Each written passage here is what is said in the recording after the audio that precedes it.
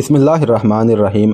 बदर ने अज़्ज़ुगल से कहा, आज मेरे पास सिर्फ 5,000 सिपाही हैं, लेकिन अगर गरनाता लड़ने का फैसला कर चुका है तो उनकी तादाद 3 गुना हो सकती है। अभी तक बहुत से फालतू घोड़े इस जंगल में चरते हैं।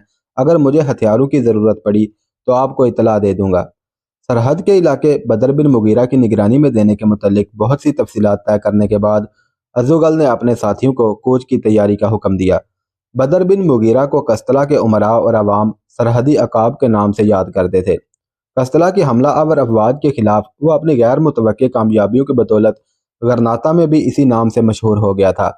ये 60 मील लंबा और 40 मील चौड़ा पहाड़ और जंगल एक मुद्दत से उन आज़ाद लोगों का मस्कन था जो गरनाता के मुतल्लिक गैर जानबदार और पड़ोस की ईसाई सुल्तनतों से बरसरे पेकार चले आते थे।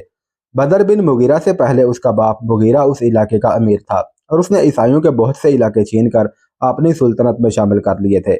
कस्तला के बाजगुजार ईसाई उमरा बाहमी रकाबतों के बायस मुगीरा के खिलाफ कोई मुतहिदा महाज ना बना सके और उसे तैयारी का मौका मिलता रहा। ईसाई उमरा के महकूम मुसलमानों में से बाज़ लोग उसके पैगाम पर लब्बई कहते हुए उसके साथ आ मिले, लेकिन उसने अभी तक कोई 6,000 मुजाहिद फराहम किए थे कि नुसरानी उंदलस में एक बड़ा इनकलाब आया। फर्डिनेंड पंजम और अजाबिल्ला की शादी के बायस शुमाल की 2 ताकतवर ईसाई सुल्तनतों कस्तला और अरागोन का इत्तेहाद इस्लामी उंदलस के लिए एक खतरा अजीम बन गया। फर्डिनेंड के इक़्तिदार के सामने छोटे छोटे ईसाई हुक्मरानों की हैसियत मामूली सरदारों की सी रह गई। वो गरनाता की बाजगुजार सुल्तनत के मुकाबले में मुगीरा के छोटे से आज़ाद इलाके को अपने लिए ज़्यादा खतरनाक समझता था। उसे यह भी एहसास था कि उसे यह इलाका फतह करने के लिए अपनी फ़ौज का बहुत बड़ा हिस्सा कुर्बान करना पड़ेगा। मुगीरा ने आने वाले खतरात का अंदाज़ा करते हुए उंदलस के तुलो अरस में मुजाहिदीन की जमातें तैयार करने की मुहिम शुरू कर दी। उसने आज़ाद इलाके की हिफाजत अपने एक नायब के सुपुर्द की और एक मामूली ताजर के भेस में उंदलस के बड़े बड़े शहरों का दौरा किया। कुर्तबा, अशबिलिया और दूसरे शहरों के उन मुसलमानों ने जिनकी रूह गुलामी की जंजीरों में फड़फड़ा रही थी, उसके हाथ पर जहाद की बैत की और उसे यकीन दिलाया कि वक़्त आने पर वो अपने अपने शहर में बगावत का झंडा बुलंद कर देंगे। ताहम मुगीरा ने यह महसूस किया कि एक तवील अरसा गुलामी के बाद नुसरानी उंदलस में बहुत कम ऐसे मुसलमान रह गए हैं जो इस्लाम के लिए ज़िंदा रहना और इस्लाम के लिए मरना चाहते हैं।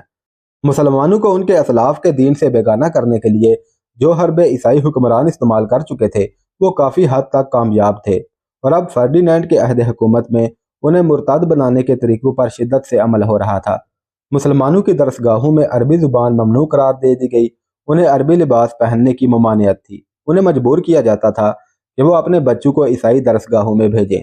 थोड़ी बहुत मराआत उन लोगों के लिए थी जो ईसाई मजहब कबूल कर चुके थे, लेकिन जो मुसलमान रहना चाहते थे उनके लिए हुक्म था कि वो ख़ास किस्म का निशान लगाएं। बाज़ारों में उन्हें जलील किया जाता था।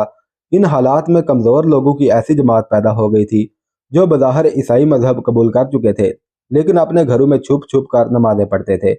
उंदलस यानी स्पेन के रहे सहे मुसलमानों के लिए सबसे बड़ा खतरा वहाँ की एक कौमी तहरीक थी। मुनाफिकीन की एक जमात ने उंदलसी और गैर उंदलसी का एक झगड़ा खड़ा कर दिया था। ये लोग हिस्पानवी नस्ल के मुसलमानों को अरबी नस्ल मुसलमानों के खिलाफ मुत्तहिद कर रहे थे और नुसरानी हुकूमत ने उन सरगर्मियों को अपने लिए मुफीद समझकर उनकी हौसला अफजाई शुरू कर दी थी। ये लोग मसाजिद और चौराहों में अरब और बर्बरी मुसलमानों के खिलाफ जहर उगलते रहते थे। उन हालात में बेशतर अरब और बर्बरी मराकश चले गए थे और कुछ गरनाता में आबाद हो गए थे। मुगीरा जब उन शहरों का दौरा करने के बाद वापस आया तो वह पुरुमीद ना था। 30 शहरों के करीबन 4,000 मुसलमानों ने उसके हाथ पर बैत की। ताहम वो मायूस ना हुआ और उसने अहद किया कि वह उंदलस के हर शहर में जहाद का पैगाम पहुंचाएगा। उसे यह भी एहसास था कि जब तक गरनाता से कोई जिंदा दिल हुक्मरान बगावत का झंडा बुलंद नहीं करता, उंदलस के मुसलमानों की निशात सानिया का ख्वाब अधूरा रहेगा। उसकी ज़िंदगी की सबसे बड़ी ख्वाहिश ये थी कि गरनाता का हुक्मरान ईसाइयों के खिलाफ ऐलान जहाद करे और वो सरफरोशों की जमात के साथ उसकी फ़ौज में शामिल हो जाए। लेकिन गरनाता का तहत खुद गर्ज दावेदारों के रसगाम बना रहा।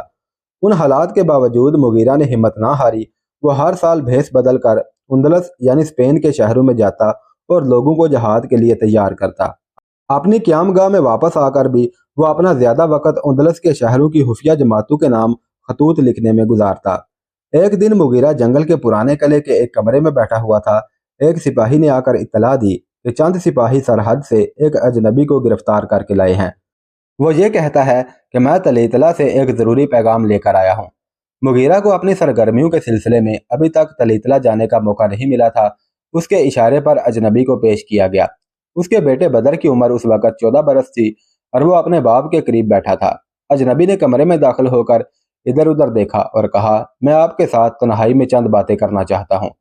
मुगीरा ने सिपाही को बाहर जाने का इशारा करते हुए कहा, हाँ कहो। अजनबी ने जवाब तलब निगाहों से बदर की तरफ देखा तो मुगीरा ने कहा, इसके मुतल्लिक तुम्हें परेशान होने की ज़रूरत नहीं, ये मेरा बेटा है। अजनबी ने अपनी जेब से एक खत निकालकर मुगीरा को पेश करते हुए कहा, इसे पढ़ लीजिए। तवील मरासला पढ़ने के बाद मुगीरा सोच में पड़ गया। उसके कानों में मरासले के ये आखिरी अल्फाज गूंज रहे थे, तलीतला में 10,000 सरफरोश आपके मुंतजिर हैं।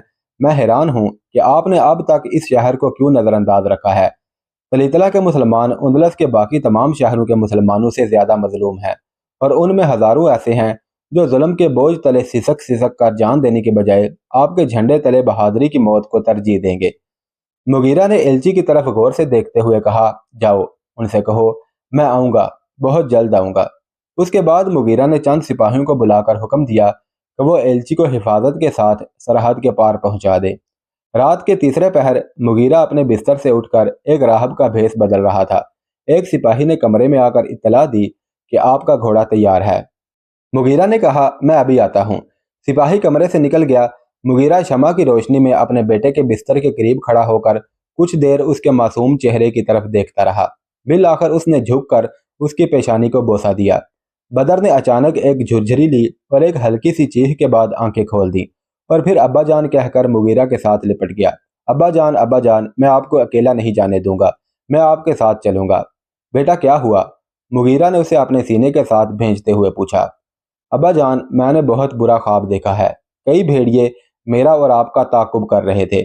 आप पीछे रह गए, उन्होंने आपको पकड़ लिया। मैं आपकी मदद के लिए लौटना चाहता था, लेकिन आप ये कह रहे थे कि बदर तुम भाग जाओ, तुम भाग जाओ। अब्बा जान, अगर आप जाना चाहते हैं तो मैं आपके साथ चलूंगा।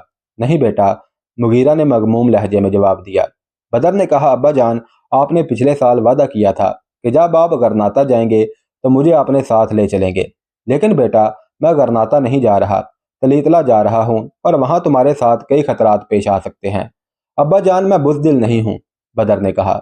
बेटा, अगर मैदान जंग में जाना होता तो मैं तुम्हें यकीनन अपने साथ ले जाता, लेकिन तलीतला में मेरा तनहा जाना ही मुनासिब है। लेकिन मुझे यकीन है कि आप वहाँ तनहा नहीं जाएंगे, बदर ने कहा। वो कैसे? मेरा ख्वाब, अब्बा जान, आप खुद कहा करते हैं कि मेरे ख्वाब झूठे नहीं होते। मुगीरा ने कुछ सोचकर कहा, तुम अपने ख्वाब की ताबीर क्यों नहीं करते कि अगर तुम मेरे साथ गए तो हमें भेड़ियों से पाला पड़ेगा। बदर ने कुछ सोचकर कहा, अब्बा जान, आप कब वापस आएंगे? मुगीरा ने जवाब दिया, मैं अगले महीने का चांद निकलने से पहले आ जाऊंगा, लेकिन अगर मुझे किसी वजह से देर हो जाए तो मेरे पीछे ना भागना।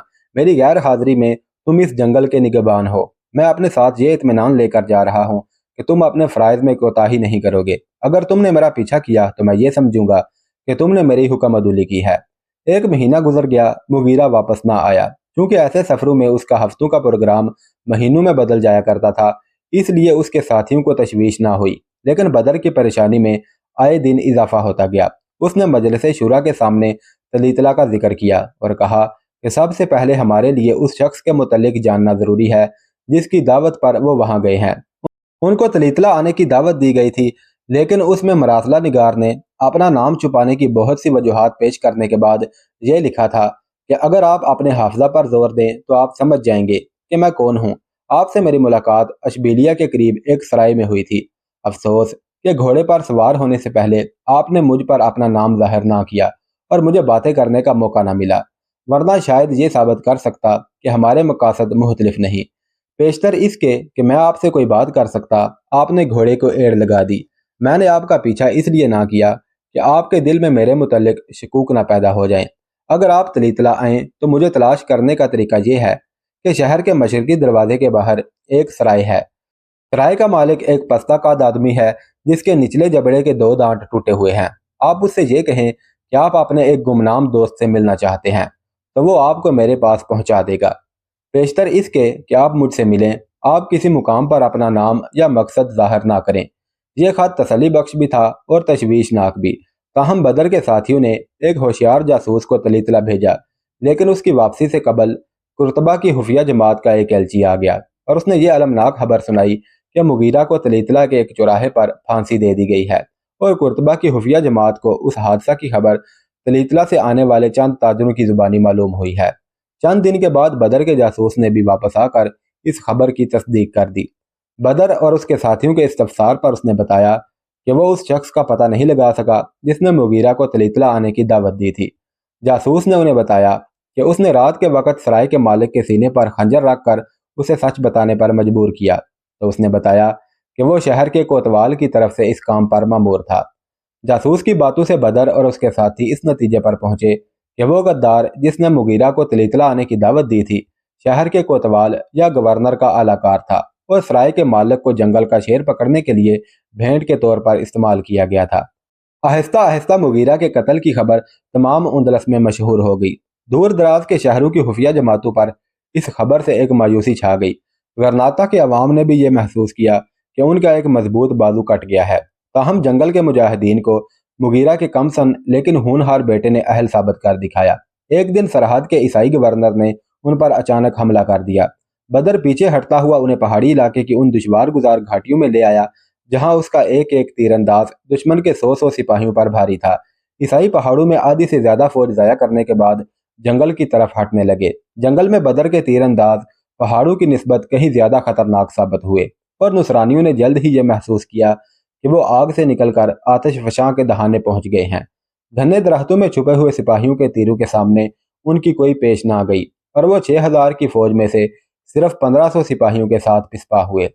نصرانی سپہ سالار تیروں کی بوچھاڑ میں اپنی بچی کچی جمعیت کے ساتھ راہ فرار اختیار کر رہا تھا کہ ایک درخت پر سے بدر کے کسی سپاہی نے اس کے گھوڑے پر چھلانگ لگا دی، اور دونوں لڑکتے ہوئے زمین پر آ رہے۔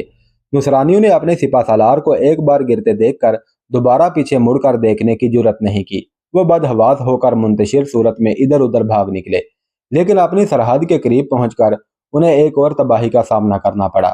بدر کے سواروں نے ان کے تمام راستوں کی ناکہ بندی کر رکھی تھی۔ ان کے پیچھے تیروں کی بارش اور سامنے چمکتے ہوئے نیزوں کی دیوار تھی۔ صرف بائیں طرف ایک ڈھلوان تھی جس پر انہیں بظاہر کوئی رکاوٹ نظر نہیں آئی۔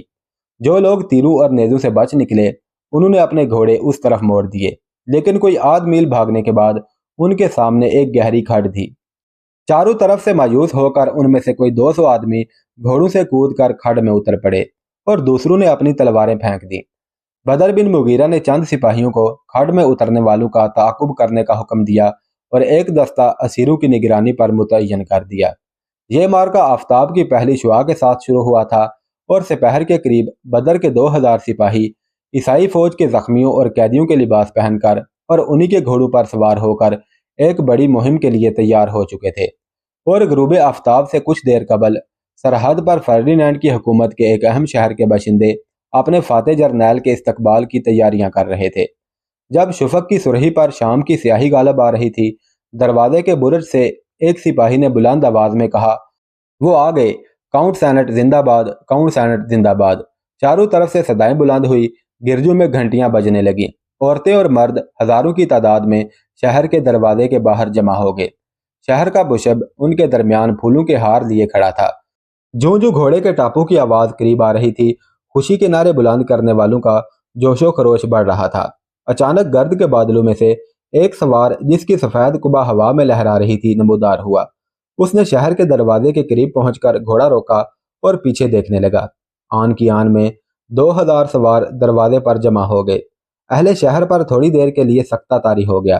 وہ انتہائی پریشانی کی حالت میں سمٹ کر ادھر ادھر ہٹ گئے۔ سفید پوش سوار نے نعرہ تکبیر بلند کیا اور فضا میں اللہ اکبر کی صدائیں گونجنے لگیں۔ شہر کے بشب نے کانوں کا اعتبار نہ کرتے ہوئے سفید پوش سوار کے پرچم کو غور سے دیکھا۔ اس پر صلیب کی بجائے ہلال کا نشان تھا۔ اس کے کانپتے ہوئے ہاتھوں سے پھولوں کا ہار گر پڑا۔ سننے والے اللہ اکبر کے نعرے سن رہے تھے اور دیکھنے والے حملہ آوروں کے ہاتھ میں ہلالی پرچم لہراتا ہوا دیکھ رہے تھے، لیکن پیشتر اس کے کہ وہ اپنی آنکھوں اور اپنے کانوں پر اعتبار کر کے حرکت میں آتے، بدر بن مغیرہ کے 2000 جانباز کھلے دروازے سے شہر میں داخل ہو چکے تھے۔ کچھ دیر بعد جب سینٹ کے چند سپاہی جو جان بچا کر جنگل سے نکلنے میں کامیاب ہو گئے تھے شہر کے قریب پہنچے تو انہیں بھاگتے ہوئے شہریوں کی زبانی معلوم ہوا کہ شہر پر مسلمانوں کا قبضہ ہو چکا ہے۔ آدھی رات سے قبل بدر بن مغیرہ مال غنیمت میں سونے چاندی کے علاوہ سامان رفد اور مویشیوں کی خاصی تعداد حاصل کر کے شہر سے نکل چکا تھا۔ مال غنیمت 500 سواروں کے سپرد کر کے اس نے آس پاس کے چھوٹے چھوٹے شہروں اور بستیوں کا رخ کیا۔ اگلی صبح جب اس کے تھکے ہوئے سپاہی جنگل میں اپنی قیام گاہ کی طرف واپس ہوئے تو ان کے آگے آگے مویشیوں کے ریوڑ اور مال غنیمت سے لدے ہوئے گدھے اور خچر تھے۔ کاؤنٹ سینٹ بھی قید ہو چکا تھا۔ اسے اپنے دشمن سے شدید مزاحمت کی توقع ضرور تھی، لیکن مغیرہ کی موت کے بعد اسے یہ امید نہ تھی کہ وہ اس درجہ ہوشیاری کے ساتھ اس غیر متوقع حملے کا مقابلہ کریں گے۔ اس نے دوران جنگ ایک سفید پوش سوار بجلی کی تیزی کے ساتھ جنگل میں ایک سرے سے دوسرے سرے تک گھوڑا بھگاتے اور اپنی فوج کے پیادہ سپاہیوں اور سواروں کو ہدایات دیتے ہوئے دیکھا تھا، تو اپنے دل میں کہا کہ ان کا نیا رہنما مغیرہ سے کم خطرناک نہیں۔ اس نے ساری رات انتہائی بے چینی کی حالت میں کروٹیں بدلتے گزاری۔ وہ کھانا جو بدر کے آدمیوں نے اسے پیش کیا تھا ابھی تک ویسے ہی پڑا ہوا تھا۔ پہرے دار اس کے منصب کا لحاظ کرتے ہوئے اس کے ساتھ ادب و احترام سے پیش آئے، اور جب کوئی اس کی دلجوئی کے لیے زبان سے کوئی فکرہ نکالتا تو وہ بے اختیار یہ پوچھ بیٹھتا، عقاب کون تھا؟ اب وہ کہاں ہے؟ میں اسے دیکھنا چاہتا ہوں۔ مریم مقدس کی قسم، وہ انسان نہیں۔ کبھی کبھی وہ غصے کی حالت میں چلا اٹھتا، اب میں واپس جا کر کیا منہ دکھاؤں گا؟ تم مجھے قتل کیوں نہیں کر دیتے؟ کیونکہ قید ہوتے وقت اس نے اپنی عزت کی قسم کھا کر بھاگنے کی کوشش نہ کرنے کا وعدہ کیا تھا، اس لیے بدر کے سپاہیوں نے اسے عام قیدیوں کی طرح بیڑیاں نہ پہنائی، نہ اسے غیر مسلح کیا گیا۔ تاہم جب اس نے اپنا خنجر نکال کر اپنے سینے میں مارنے کی کوشش کی تو ایک سپاہی نے اس کے ہاتھ پکڑ لیے، اور اس کی چیخو پکار پر چند سپاہیوں نے اسے زبردستی غیر مسلح کر دیا۔ بدر کے نائب نے اس کی حفاظت کے لیے 2 پہرے دار مقرر کرتے ہوئے کہا، جب تک ہمارا امیر واپس نہیں آتا ان کی جان کی حفاظت ہمارا فرض ہے۔ اگلے دن دوپہر سے کچھ دیر قبل بدر کی واپسی پر جنگل کی خاموش فضا اللہ اکبر کے نعروں سے گونج اٹھی۔ کاؤنٹ سینٹ ساری رات بے آرامی سے کاٹنے کے بعد اپنے خیمے سے باہر نکل کر ایک درخت کی ٹھنڈی چھاؤں میں سرسبز گھاس پر لیٹ کر گہری نیند سو رہا تھا۔ لوگوں کے نعرے سن کر وہ آنکھیں ملتا ہوا اٹھا تو بدر بن مغیرہ زرہ کے اوپر سفید قبا پہنے اور آنکھوں کے سوا اپنا چہرہ نقاب میں چھپائے اس کے سامنے کھڑا تھا۔ اس کی سفید قبا پر جگہ جگہ خون کے نشان تھے۔ سینٹ نے اپنے نقاب پوش خریف کو چند بار سر سے پاؤں تک دیکھنے کے بعد کہا، کاش میرے ہاتھ تمہارے چہرے کے نقاب تک پہنچ سکتے اور میں یہ دیکھ سکتا کہ مجھے اپنی زندگی میں بدترین شکست دینے والا کون ہے۔ بدر نے جواب دیا، ایک سپاہی کو فتح اور شکست سے بے نیاز ہونا چاہیے۔ یہ کہہ کر وہ اپنے ساتھیوں کی طرف متوجہ ہوا اور کہا، مجھے تم سے ان سے بہتر سلوک کی توقع تھی۔ میں یہ جاننا چاہتا ہوں کہ ان کی قسم کا احترام کیوں نہیں کیا گیا اور ان کے ہتھیار کیوں چھینے گئے ہیں۔ بدر نے کہا، ان کا گھوڑا اور ان کے ہتھیار انہیں واپس دے دو، باقی سپاہیوں کی زنجیریں کھول دو اور ان سب کی آنکھوں پر پٹیاں باندھ کر سرحد کے پار پہنچا دو۔ سینٹ جاگو نے پریشان سا ہو کر سوال کیا، کیا آپ کے سپاہیوں سے ہم توقع رکھیں کہ ہمیں سرحد کے پار پہنچا کر ہم پر پیچھے سے تیروں کی بارش نہیں کی جائے گی؟ بدر نے قدرے ترش لہجے میں جواب دیا، نہیں، یہ صرف آپ لوگوں کا شیوا ہے۔ بدر کے نائب نے آگے بڑھ کر آہستہ سے کہا، لیکن میں انہیں فدیہ لیے بغیر چھوڑنے کی وجہ نہیں سمجھ سکا۔ تمہارے خیال میں فدیہ کی رقم کیا ہو سکتی ہے؟ بدر نے سوال کیا۔ کم از کم 50,000، نائب نے جواب دیا۔ بدر نے کہا، ہم اسے 100 گنا زیادہ وصول کر چکے ہیں۔ جاؤ انہیں سرحد کے پار پہنچا دو، جب چند برس بعد ان کے خالی خزانے دوبارہ بھر جائیں گے تو ہم انہیں دوبارہ یہاں تشریف لانے کی دعوت دیں گے۔ اب مجھے اور میرے ساتھیوں کو آرام کی ضرورت ہے۔ بدر یہ کہہ کر قلعے کی طرف چل دیا۔